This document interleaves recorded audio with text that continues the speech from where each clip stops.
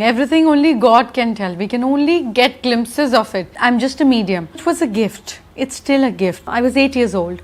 I could touch hands and say things about people. Nobody comes with us to great news. It looks very glamorous. Some days I don't even have time to eat. I've been meditating since I've been 17 years old. We are softly going towards world war. Sarkar and sanskar are two parallel things. If you have to fly higher, you have to drop your baggage.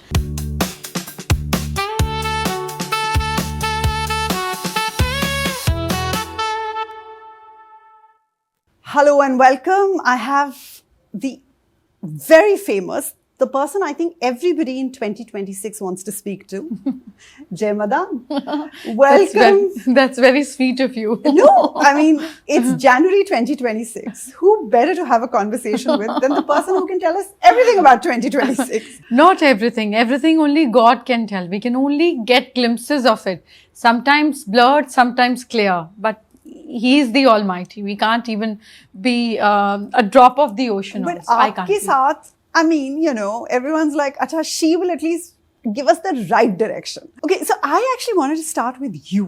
Okay. Because you've spoken about how you started in a garage. Mm-hmm. Now you're this world famous astrologer, person sort of who, you know, speaks to the stars, to the most famous people, to politicians. What has that journey been like? You know, from somebody who presumably got interested in astrology. Firstly, how did that happen? So it was a gift. It's still a gift. And I believe that divinity wants me to do that till it wants me to do. One fine day, if God decides for me, sweetheart, you're not doing that, I'll get up from my bed and say, all right, what's next? So this is how enjoyable this is for me, and yet so detached I am to it. Because for me, I'm just a medium. You know, if the one who's playing the tune has put me on his lips and he's playing, if he wants to change the music, I have no role to play. So this is how from day one I have been. It's a gift. I was 8 years old. I could touch hands and say things about people in my school time, to my relatives. Now all of them remember what I said to them, because for them it was more like a storyteller and a child who's very naughty and very dramatic and all of it. But now they understand that it was a gift, because my mother is a Sikh and we've been raised in Gurudwara, and that's the religion that is from childhood embedded in me. So nobody ever gave attention to it. I mean, my parents have never met an astrologer, and here I am. So it's not that it's generational. It's not that somebody trained me for it. It's a gift. It's a sheer gift which I enjoy. I rejoice. I take care of it, and I try and put my 100% honesty in it. But is it a gift that you actively now hone? As in, do you look at other things? Do you practice? You know, it's like Virat Kohli. It's a God's gift. He's an amazing athlete, but he trains at it. So is this something that... But the only thing I have been honestly doing, I'm not somebody who's an ardent reader. I work 18 hours a day. I don't have time to read books or anything. If I get a hold of a book and I find it very interesting, for me, it's a message of God. I'll open a page, then I'll open another page. For me, it's like taking out a hukumnama. I'll read what message it brings in for me. I'll meditate for it whenever possible. And for me, I absorb that. This is the kind of reader I am left with now. But I'm a meditator. I've been meditating since I've been 17 years old. I'm 43 now. Not a day in my life I can say that I've not slept in meditation and not got up and meditated. Wherever I am, whatever circumstances, in a hospital, in a nursing home, anywhere and everywhere, that is something is as important for me as to drink water or eat. I've been on fasting for more than 48 hours. I've not had water for sometimes 72 hours also. I've done a few processes like that. But I've never left meditation. So that is the only input I have, the connection. That's it. But, you know, apart from astrology and your predictions, and we're going to get to that, you yourself have become such a brand. I mean, your saris. Everybody speaks about these beautiful saris that you pick out and your clothes. And how did that come about? Is that a personal choice, or you realize that, you know, once you became a public face, that's something also to be developed? I think, again, this was something which was meant to be. in Hindi we say मैंने ये किया है ना, and I believe मेरे साथ होता है, करने और होने में फर्क होता है. When you do it, you put your efforts, and when things happen to you, it's with the flow. I'm on the happening phase since very early age of my life. My mother never wears sari. She can't even wear one now. And my grandparents have not been there. I've never lived with my grandparents. So I have no exposure of anything old and cultural that I do. I mean, there's nothing in my background or my childhood like that. But I realized that there has been a lot of incidences when I go back and see my past. I see as if it's an old soul in a different setup who was meant to be rebel. And I've been a rebel for a reason. I've not been irreasonably rebel. And I understand. So I was able to drape sari without anybody teaching to me. When I was in maybe 6th standard, I used to take my mother's dupatta, put 2 pleats out of it, क्योंकि 2.5 metre में उतना ही बनता है. Put 2 pleats out of it with a tiny waist, and I used to wear sari all day long after I was back to school. On the school skirt only, that was my petticoat. So, and now I can drape sari in 30 seconds. I had a conversation with Dolly Ji and I said, if you've got a Guinness Book, I can either break it or be the next competitor to you, because I drape like that. Jai, that's another profession on the side. You don't know how much people want, those who can drape as beautifully as you. To date, I need someone to drape my saris as and when. And I travel in them. Oh. If I'm going to Dubai, I'll go morning, evening. If I'm going to UK, I'll be there for 36 hours into. I'll travel in a daytime flight. I'll travel in my sari, go straight to work and get back. And Dubai, because it's 3.5 hours, I only travel in sari, go straight to my work, finish my work, either the same sari or change. I carry a change at the airport, take a quick shower, come back in the sari. And I sleep and live in it. My daughter calls me Sasural Simarka. No women can sleep in jewelry and sari, and I can sleep like a queen. I have to say I agree with your daughter. But Jai, it's so interesting. This is your job. And it's definitely not a 9-to-5 job. From the outside, it possibly looks to people that this is something that's extremely glamorous. You're meeting film stars, you're flying to UK, you're flying here, there. But speak to us about what it takes, for you, and what is it like behind the scenes? Like when people come in, presumably they have demands, they want answers. How do you deal with it? So the morning, I have been very easy now after I've turned 40. And I started this profession when I was 28. I was professionally into it. And I also taught people about manifestation. Law of attraction was the first thing I started before I realized that astrology is also a gift. I've studied very less, but God is very kind. I don't know how it flows through me, but it does. And I have no shame in saying that Allah Meherban Gada Pelwan. That's the fact. And I like to remain like that. But if you ask me, after I've turned 40, I've become very easy. I've become very relaxed that jo ho raha hai, theek hai. Before that, when I was new into this, and I used to work very extensively for India TV. Before that, I worked for Sahara, but India TV was my full-time show. Every day, I had to be on television. And I am always a very creative person. If I'm talking to you now, tomorrow you come talk on the same topics, I'll have something entirely different to give to you. Because mera control hi nahi hai, but I don't remember and it flows. So I had to write every day on new tips. And tab padhna hota tha, samajhna hota tha, you had to be very sure. Because it's a gift, but you can't give wrong information. So I've studied a lot then. So padhte padhte neend aa jati thi. I never used to lie down and study. So now also I have this habit. Say at least 4 days in a week, I sleep while I'm sitting, not while I'm lying down, because I meditate and then I doze off like that. I sleep for 4.5 hours and then I'm back in again. I'm sitting only all night. So वो आदत वहाँ से पड़ी, where you had to study और मुझे पढ़ते पढ़ते नींद आ जाती थी, because आदत नहीं थी. I was a mother at 21. I was a philosophy honor student. पढ़ाई वढ़ाई छूटी हुई थी. So I used to put, little bit of cow's ghee, dipped in the finger in my eyes, and then wake up like that and again study and again sleep and again wake up. So of course it looks very glamorous, but when somebody comes on this side and see that some days I don't even have time to eat, I'm sitting 8 in the office and I'm starving. And I realize, it's 5, I've not eaten anything because I don't even remember I've not eaten. That's the kind of mental involvement I have in my work. It looks surely very glamorous, but this body that you see has to go through a lot to be like that. This brain has to be very activated and very humble all through it, because you hear people's intimate, difficult stories, and you hear a lot of tragedies. Nobody comes with us to great news. 5% of what I do is aspirational. 95% is solution oriented. So 95% each time I have to say that God, please bless us. Thank you for giving me everything. And I'm disconnecting to what I heard, and that's it. Because it's like they cry, they sometimes hold the hands, I get and hug them. It's like a whole moment of catharsis that happens in that 1 hour of conversation. And I meet more than 5,000 people one-to-one in a year. Like one-to-one, I know 5,000 lives every year over the years. That's minimum. So, yeah. It's quite something. Okay, now to the work. Okay. What everyone has been waiting for.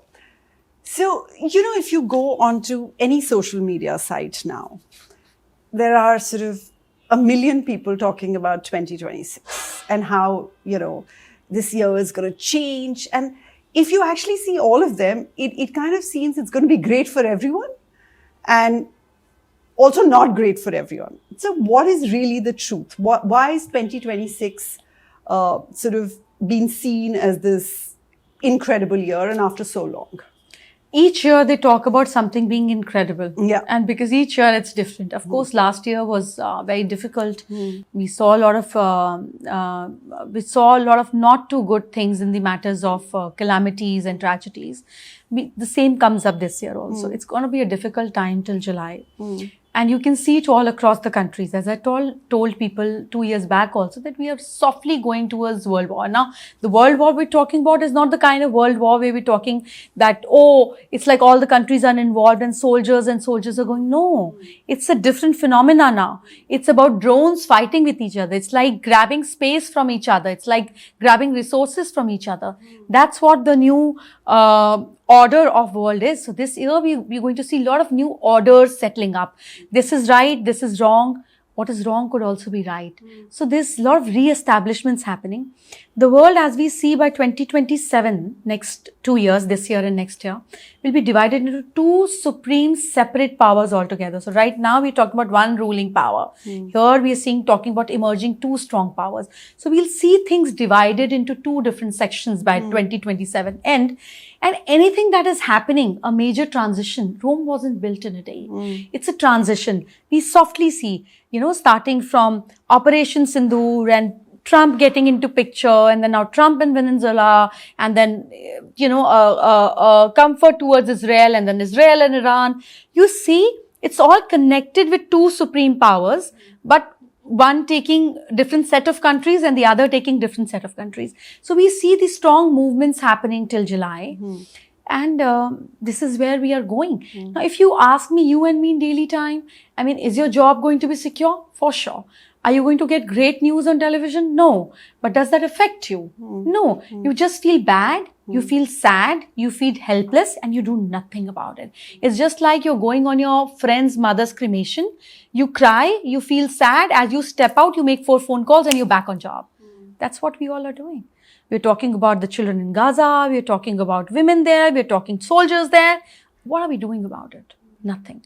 We're talking about pollution. We are cursing the government. We're doing everything. How many plants are you planting outside? So this year, we are going to understand that sarkar and sanskar are two parallel things. We have to make the other part work with the sarkar. So you'll see a lot of people coming to transformation, in taking actions, in doing right things, and not waiting for a supreme power to do it. So at least that's a very hopeful note, that people are actually doing something to make our world better. And that's exactly, we as consultants, be it doctors, they really helped us during COVID times, be it lawyers, they help us across the decade, be it us, astrologers, spiritual mentors, whatever we do. Our job is to take people from hope to faith. Why do people like actors?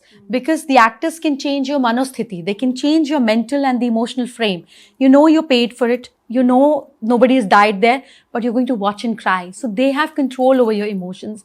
We as consultants can do the same. Only if we can change hope to faith. You're making hope go to disgrace and fear. It's not a great thing to do. We are here to elevate. We are not here to bring people down. And everybody can never have same fate. Even during COVID, some people really flourished. Yeah. You know, people who are into masks and sanitizers and vaccines. Yeah. I mean, Netflix, they became like $1 billion empire. So it wasn't bad for everyone. It was bad for millions, but not few for hundreds and everyone, thousands. So India has a mini general election next year. You know, there are 5 states, 2, 3 of them hugely important going to. Are we going to see any major changes? We're going to see a huge lot of dramatic change in Bengal. Rest of us are going to be the way they are. They're going to be in the similar winning position. So Bengal's going to change? A lot of change. Okay. A lot of change. But the rest stay as they are. Okay. I wanted to ask you, there is a lot of talk about certain signs, you know, Scorpions and Geminis, etc., are going to do really well in 2026. What's your take on it? See, let's understand that when we talk about Scorpions, we talk about Geminis, we talk about any sign. When we talk about Western astrology, they do sun sign, you know, and sun stays in a sign for a month. That is what we are celebrating Makar Sankranti, going month on month and each sign.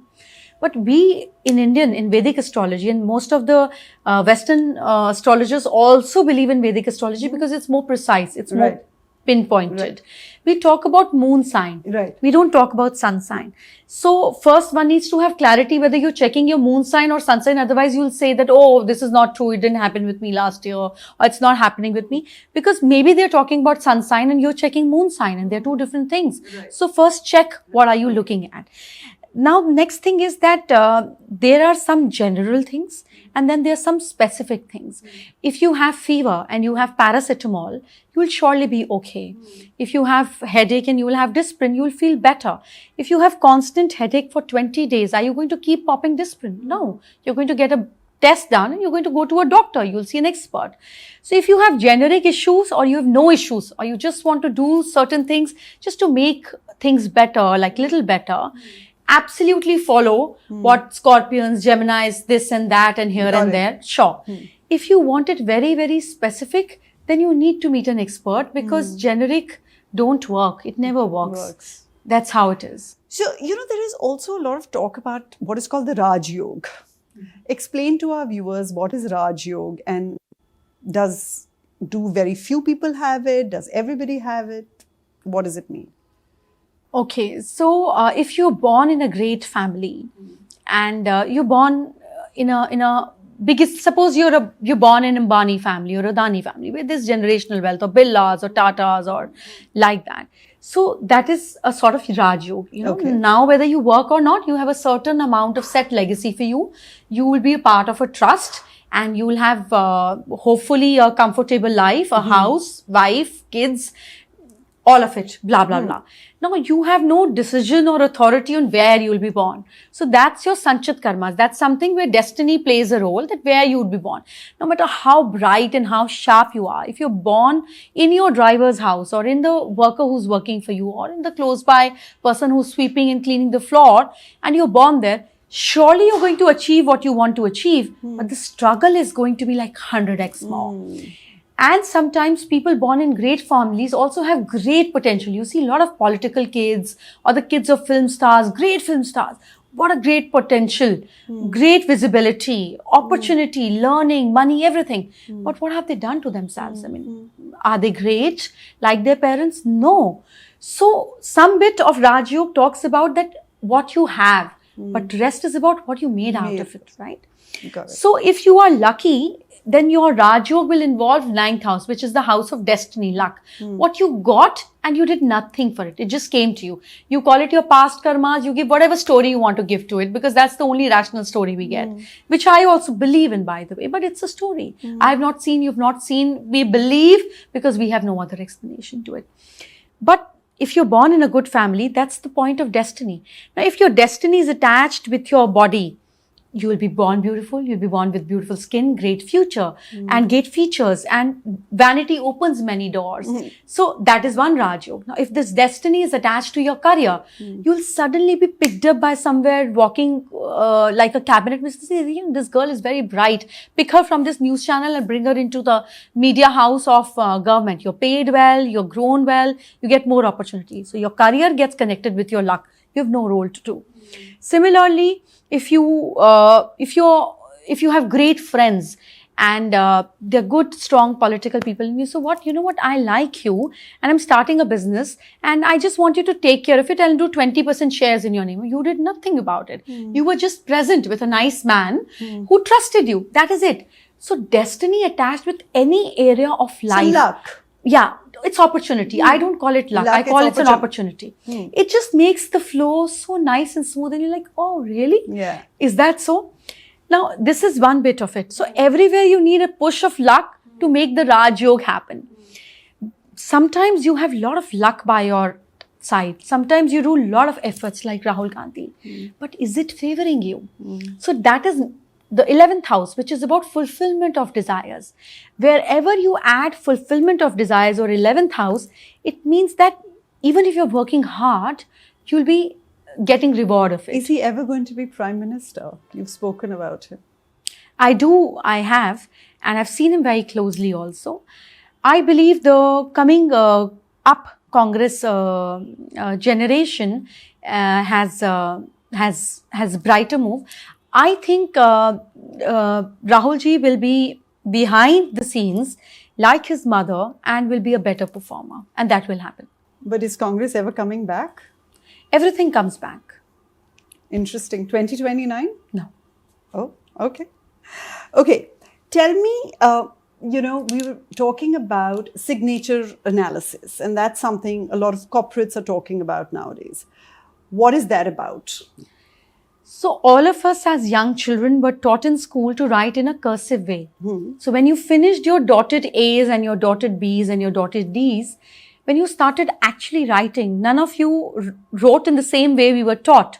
That means the programming that we were taught in school, write in a cursive way, form a certain loop of G and J and Y, we don't do that anymore. So what is it that changed? Because that is the real programming that we went through. Because as you change, the neuron pattern in your brain also changes. That is why when you look at your previous passports or your other documents, you see your signature transforming over the years. Who's deciding that for you? Nobody. It's you. It's your unconscious mind making your subconscious mind do signatures in a certain way. Some people write their initial and then it changes, it cuts and forms and makes loops and blah, blah, blah. Our Prime Minister, while he was a Chief Minister, had a different signature with an N and a line and 2 dots.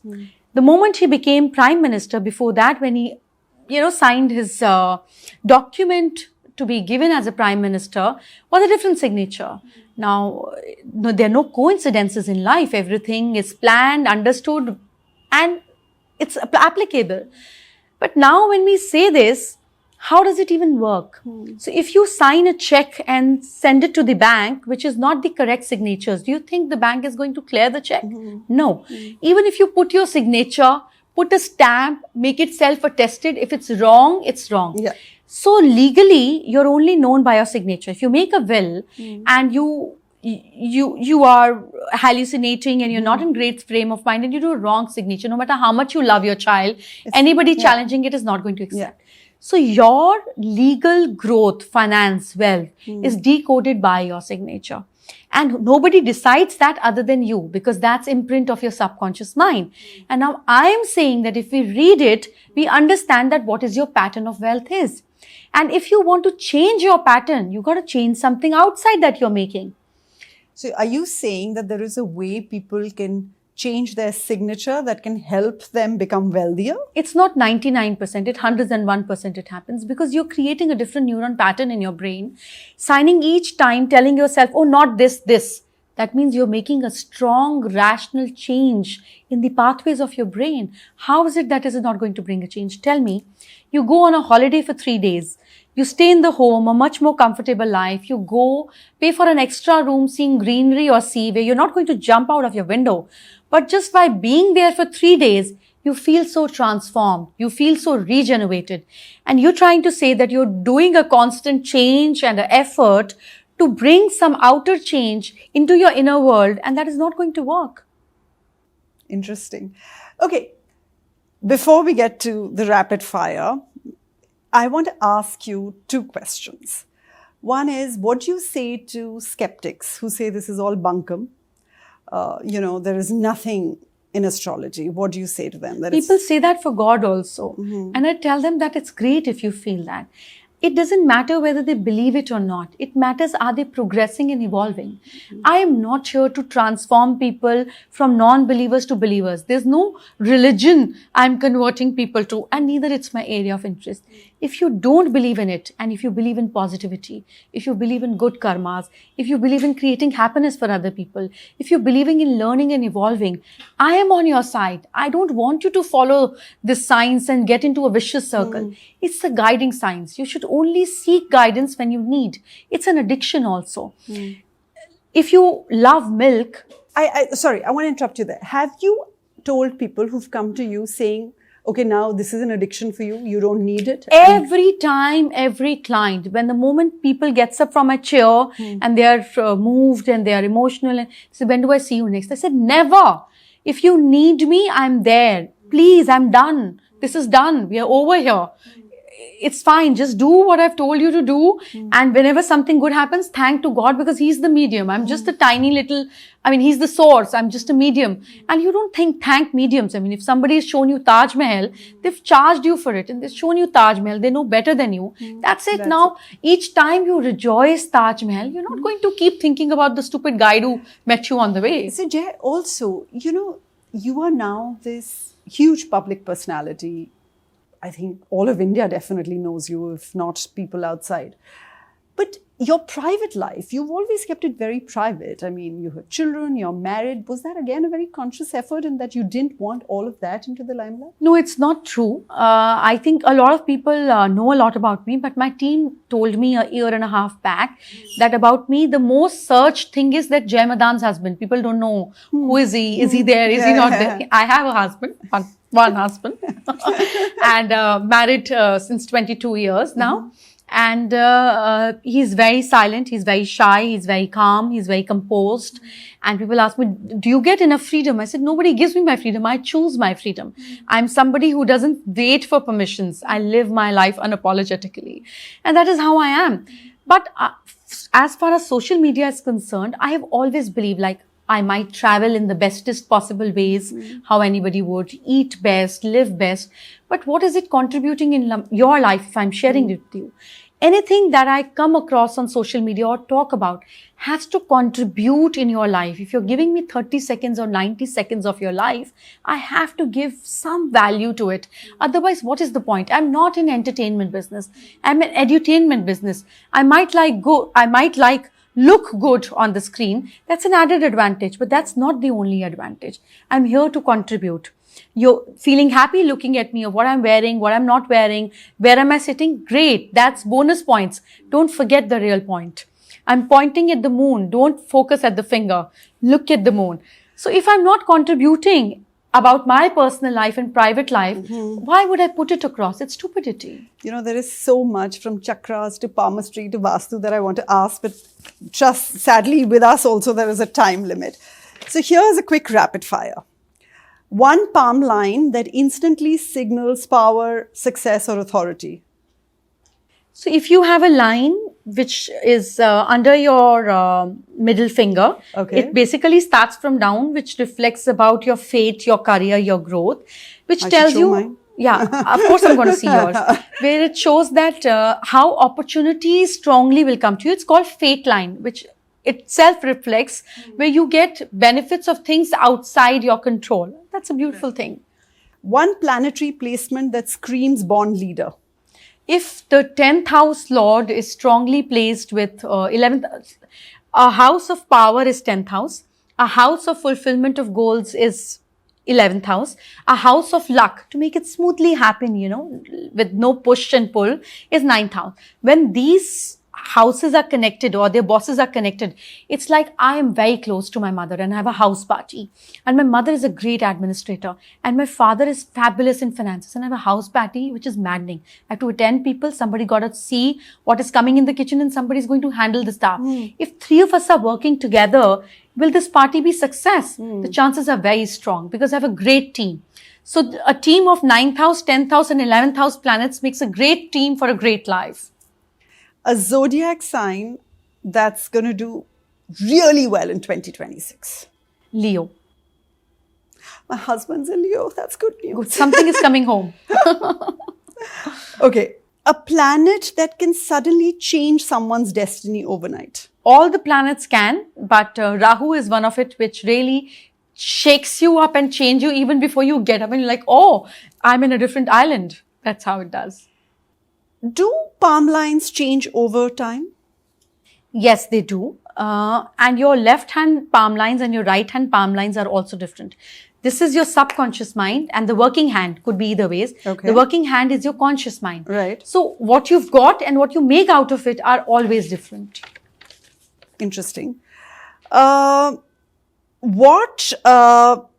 terms of, you have said that it's going to be like 2025, 2026, but it's going to transform into people taking action. Is there one other thing that you want to tell us that's going to dominate 2026? I think globally we are going to be a lot more connected with different people, different countries. I also feel that this time the kind of voting that we as citizens of India will do, because there's a lot of elections, I also understand, you'll see a great change in it. It's not like that people are receiving money and they're voting.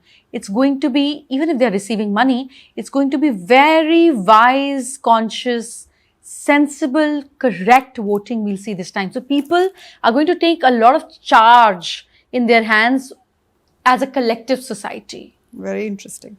What area of their life should people be most cautious about in 2026? Career. Oh. Yeah. Make sure you're not bitching about your boss. Make sure you're not challenging the higher authorities. Crew, I hope you're all hearing this. Yeah. Yeah. And because it's a year of sun, it's a year of leadership. This is a year where discipline is going to give you great rewards. If people are disciplined, they're only going to get successful and noticed. Okay. One final thing, Jai Madaan. So much more to talk about, but okay. If you were to tell everyone a 30-second fix for whatever, what would that be? I personally would give 2 30-second fix. One that I do for myself and what other people can do. Because what I do is not necessary. What is a masses choice? So if you can meditate, let's divide the day into 4 parts of what the 4 Vedas talk about. Dharma, Artha, Kam and Moksha. Dharma means what are the right things to do? What are my duties? Artha means what am I doing to create my finances and my wealth around? Which is, 1/4 of your day should go in. 1/4 of your day should go into Kama. That means the fulfillment of your desires. What are your desires? What are you working towards? What are your goals? What are your passions, your hobbies? And 1/4 should go in towards letting go, which also means sleeping peacefully and letting go of whatever you don't have to carry. I mean, if you have to fly higher, you have to drop your baggage. So drop your baggage. So I very effectively divide my day into these 4 segments very consciously and make sure that I'm doing what is right, which is developing me, what I'm doing, developing my finances, what I'm doing into developing my personal heart, my hobbies, my pleasures, and of course, letting go and moving on to the next day. So if we can bring our day to a stability like that, be more mindful. Meditative is difficult, but mindful is easy. Now, even science believes that the sharpest brain is when the brain can see what it is thinking, when it can realize what is right and what is wrong. So the more mindful you are, the more happier and peaceful and prosperous you will be. On that note, here's hoping peace and prosperity for everyone. And power for 2026. And power for 2026. Thank you, Jai Madaan. This was lovely. Thank you so much. Pleasure.